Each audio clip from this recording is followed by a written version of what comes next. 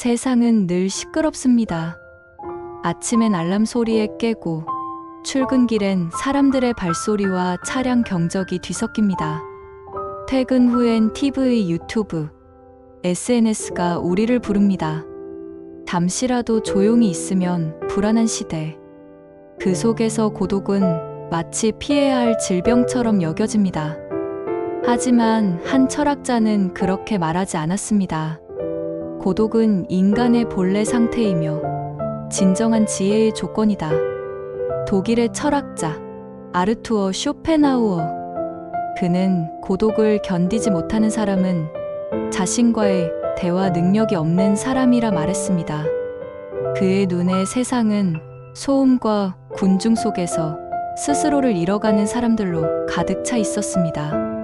쇼펜하우어는 평생 외로움 속에서 살았습니다. 그의 사상은 당시 사람들에게 외면받았고 대학 강의실은 언제나 텅 비어 있었습니다. 심지어 그는 강의 시간을 해겔과 일부러 겹치게 잡았습니다. 자신의 철학이 진짜라고 믿었기 때문입니다. 그러나 학생들은 모두 해겔의 강의로 몰려갔습니다. 빈 강의실에서 그는 홀로 말했습니다. 군중은 언제나 진리를 두려워한다. 그럼에도 그는 멈추지 않았습니다. 쇼펜하우어에게 고독은 상처가 아니라 사유의 공간이었습니다. 그는 외로움을 연구실 삼아 인간의 본성과 욕망을 해부했습니다. 그 결과 그는 이렇게 썼습니다. 고독 속에 있을 때 인간은 진정한 자신이 됩니다. 그 말에는 냉정한 통찰이 있습니다. 사람들은 혼자 있으면 불안합니다. 하지만 그 불안의 정체는 사실 자신을 마주하는 두려움입니다. 고독이란 결국 세상이 아닌 자기 자신과의 대화이기 때문입니다. 쇼펜하우어의 삶은 그 두려움을 정면으로 마주한 인간의 기록입니다. 그는 어릴 적부터 천재로 불렸지만 사랑받지 못했습니다. 아버지는 냉정했고 어머니는 화려한 사교계 인물이었습니다. 그의 감정은 늘 고립되어 있었습니다. 어린 쇼펜하우어는 가족 속에서도 철저히 외톨이였습니다. 그러나 그는 그 고독 속에서 세계를 읽는 법을 배웠습니다. 한번 상상해 보셨으면 합니다. 당신이 카페 한켠에 앉아 있습니다. 주변은 친구들끼리 웃고 떠드는 소리로 가득합니다. 그때 혼자 책을 펴든 당신을 누군가는 이렇게 봅니다. 쟤는 외로워 보인다. 하지만 쇼펜하우어라면 이렇게 말했을 것입니다. 저 사람은 혼자 있지만 절대 외롭지 않습니다. 그에게 고독은 단절이 아니라 자유의 공간이었습니다. 군중의 의견과 유행에서 벗어나 오롯이 자기 생각을 들을 수 있는 순간, 그 순간이야말로 인간이 가장 자기 자신답게 존재하는 시간이었습니다. 그렇다면 왜 현대인은 고독을 이렇게 두려워할까요? SNS에서 혼밥, 혼술, 혼영 같은 단어가 유행하지만 정작 대부분은 그 혼자 있음을 사진으로 인증합니다. 나 이렇게 혼자 잘 지내요. 결국 또 다른 형태의 타인의 시선 속 고독입니다. 쇼펜하우어가 본다면 아마 씁쓸하게 웃었을 것입니다. 그는 타인의 인정을 구하는 순간 우리는 노예가 됩니다고 했습니다. 진짜 고독은 타인의 눈에서 완전히 자유로워진 상태입니다. 그 고독 속에서만 인간은 스스로를 깨닫습니다. 이 부분에서 쇼펜하우어의 또 다른 말이 있습니다. 위대한 정신은 늘 고독합니다. 고독은 그들의 운명입니다. 그에게 위대한 정신이란 타인의 박수 없이도 자신의 길을 가는 사람입니다. 고독 속에서 생각하고 스스로를 단련하며 세상과 다른 길을 선택할 용기를 가진 사람입니다. 그렇다면 오늘날 우리에게 이 말은 어떤 의미일까요? SNS의 알고리즘은 끊임없이 우리를 비교하게 만듭니다. 좋아요 수, 팔로워 수, 조회수. 이 숫자들은 현대인의 새로운 존재 증명서가 되었습니다. 하지만 아이러니하게도 이런 시대일수록 진짜 자기 자신으로 존재하는 것은 점점 더 어려워졌습니다. 쇼펜하우어는 이 점을 이미 19세기에서 예견했습니다. 그는 인간이 타인의 시선을 의식하는 순간 그 영혼은 스스로를 잃는다고 봤습니다. 그가 말한 이즈웰란 세상을 움직이는 맹목적 욕망입니다. 사람은 그 욕망에 끌려다니며 살아갑니다. 하지만 고독 속에서는 그 욕망이 멈춥니다. 그 순간 인간은 비로소 의지로부터의 해방, 즉 자유를 경험합니다. 생각해보면 우리는 혼자 있는 시간보다 남에게 보여지는 시간을 더 많이 삽니다. 타인의 눈에 괜찮아 보이기 위해 웃고, 인정받기 위해 애쓰고, 소속되기 위해 자신의 모서리를 깎습니다. 하지만 그렇게 깎여나간 끝에 남는 건 무엇일까요? 쇼펜하우어는 그 답을 알고 있었습니다. 결국 아무도 당신의 삶을 대신 살아주지 않습니다. 그는 평생을 고독하게 살았지만 세상을 누구보다 깊이 이해한 사람으로 남았습니다. 그의 책 의지와 표상으로서의 세계는 내 의식 속에 존재한다는 급진적인 사상을 담았습니다. 그 말은 곧 당신이 바라보는 세상은 당신의 마음이 만든 것입니다. 즉, 당신이 불행하다고 느끼면 세상도 불행해지고, 평온을 선택하면 세상도 조용해집니다. 그래서 그는 고독을 찬미했습니다. 외로움 속에서도 인간은 세상을 새롭게 봅니다. 타인의 소음이 사라질 때 비로소 자기 마음의 소리가 들리기 때문입니다. 쇼펜하우어는 인간을 두 부류로 나눴습니다. 자신을 채우기 위해 외부를 찾는 사람과 자신의 내면에서 세상을 이해하는 사람. 그는 후자를 지혜로운 사람이라 불렀습니다. 오늘날 우리 주변을 보면 대부분은 첫 번째 부류에 가깝습니다. 혼자 있으면 핸드폰을 켜고, 심심하면 유튜브를 열고, 고독이 닿기도 전에 우리는 이미 타인의 세계로 도망칩니다. 그런데 묘한 건 그렇게 연결되어 있으면서도 점점 더 외로워진다는 사실입니다. 쇼펜하우어는 말합니다. 고독을 견디지 못하는 사람은 진정으로 자유로울 수 없습니다. 그에게 고독은 인간의 시련이 아니라 정신의 훈련소였습니다. 그곳에서 우리는 생각하는 법을 배우고 세상에 휩쓸리지 않는 단단함을 키웁니다. 그는 삶의 불행을 피하려 하지 않았습니다. 오히려 그것을 있는 그대로 받아들였습니다. 인생은 고통입니다. 하지만 지혜로운 이는 그 고통을 통찰로 바꿉니다. 그에게 고독은 바로 그 통찰의 문이었습니다. 혹시 이런 경험이 있지 않으신가요? 주말 오후 혼자 카페에 앉아 있는데 문득 핸드폰을 꺼내 듭니다. 별다른 알림도 없는데 그냥 손이 갑니다.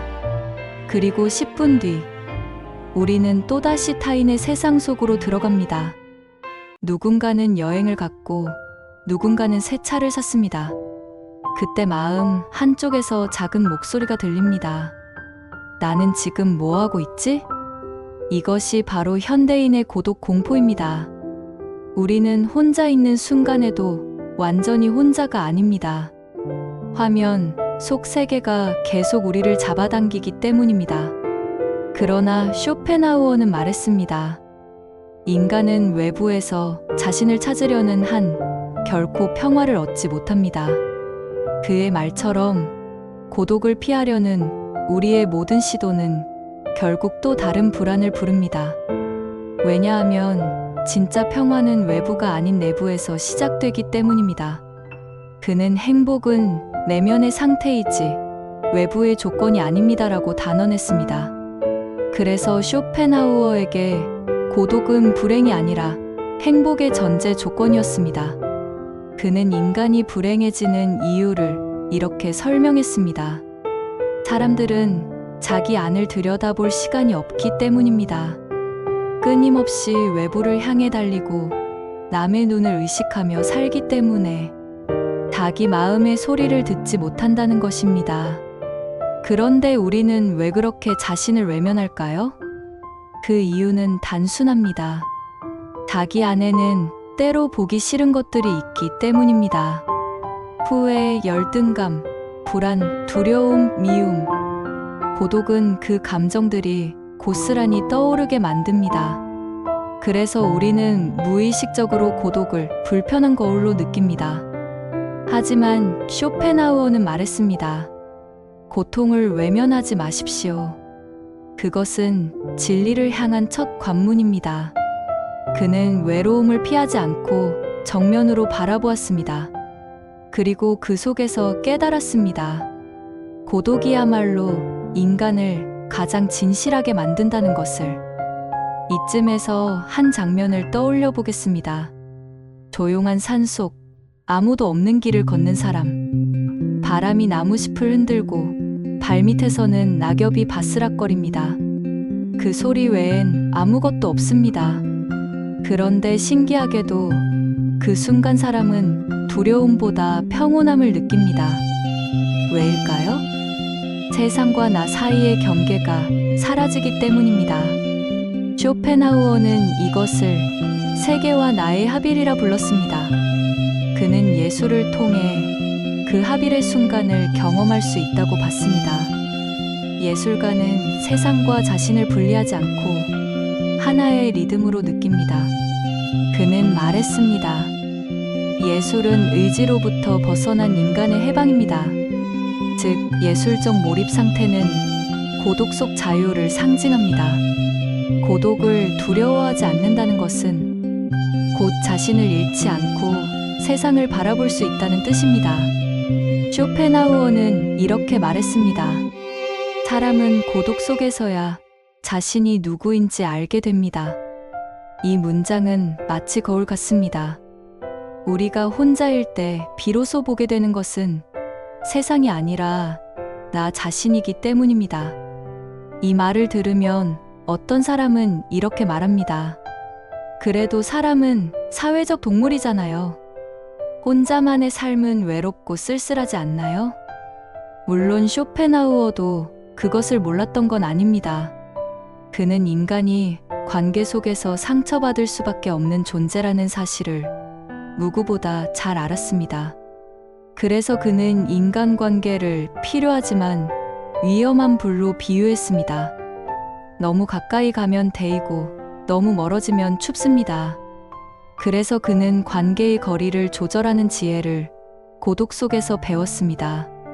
그는 인생론에서 이렇게 말했습니다. 현명한 사람은 군중 속에서도 홀로 있는 법을 배웁니다. 즉, 진정한 고독은 사람을 피하는 것이 아니라 사람들 속에서도 자기 중심을 잃지 않는 상태를 의미합니다. 이건 단순히 혼자가 되는 법이 아니라 혼잡한 세상 속에서 고요해지는 법입니다. 요즘 우리는 혼자 있는 법을 배우기보다 남들과 비교하지 않는 법을 더 배워야 할지도 모릅니다. 고독은 비교를 멈추게 합니다. 남의 속도, 남의 성취, 남의 삶에서 벗어나 자기 리듬으로 살아가게 하기 때문입니다. 쇼펜하우어는 그런 삶을 내면의 귀족이라 불렀습니다. 그는 이렇게 말했습니다.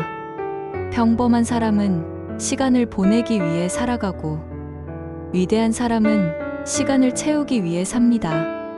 고독을 사랑하는 사람은 그 시간을 채우는 법을 압니다. 책을 읽고 생각하고 자기 삶을 성찰하면서 그 고요함 속에서 스스로를 단단히 빚어갑니다. 고독 속에서 성장하는 사람은 세상을 다르게 봅니다. 누군가는 실패를 두려워하지만 그는 그것을 하나의 경험으로 여깁니다. 누군가는 외로움을 피하려 하지만 그는 그 안에서 새로운 아이디어를 찾습니다. 그리고 무엇보다 그는 남의 인정 없이도 자신을 존중합니다. 이것이 바로 쇼펜하우어가 말한 자기 충족 self-sufficiency의 상태입니다. 그는 말했습니다.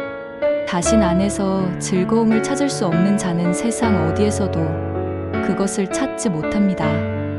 이 문장은 우리가 왜 자꾸 외부에서 행복을 찾으려다 실패하는지를 단숨에 설명해 줍니다.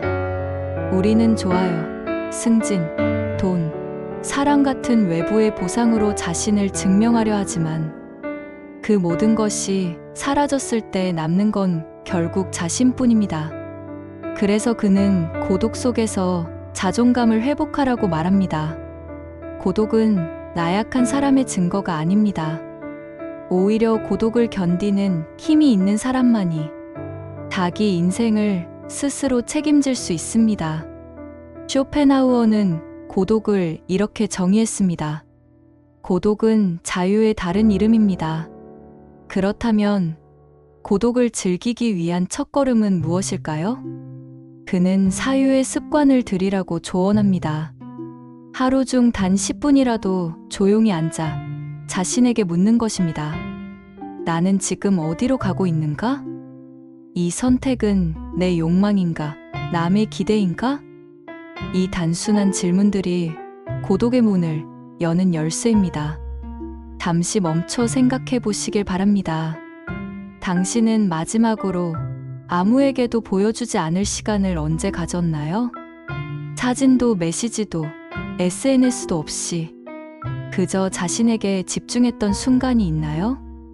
그 짧은 고독의 시간 속에서 우리는 잊고 있던 자신을 다시 만납니다. 쇼펜하우어의 철학은 냉소가 아닙니다. 그는 세상을 비관했지만 동시에 그 속에서 내면의 평화를 찾을 수 있다고 믿었습니다. 그가 고독을 찬미한 이유는 그것이 인간의 고통을 이기는 유일한 방법이기 때문이었습니다. 밤이 깊을수록 세상은 조용해집니다. 그리고 그 조용함 속에서 문득 자신의 목소리가 들립니다. 하루 종일 타인의 생각에 묻혀 살다가 이제서야 비로소 내 마음의 말이 들리기 시작하는 것입니다. 쇼펜하우어는 바로 그 순간을 사랑했습니다. 그는 말했습니다. 진정한 사유는 언제나 침묵 속에서 태어납니다. 우리가 무언가를 깊이 깨닫는 순간은 대부분 혼자일 때입니다. 누구와 대화 중이 아니라 조용히 걷다가 혹은 밤에 혼자 있을 때 불현듯 떠오르는 생각들 말입니다. 그런데 현대의 우리는 그런 순간을 거의 잃어버렸습니다.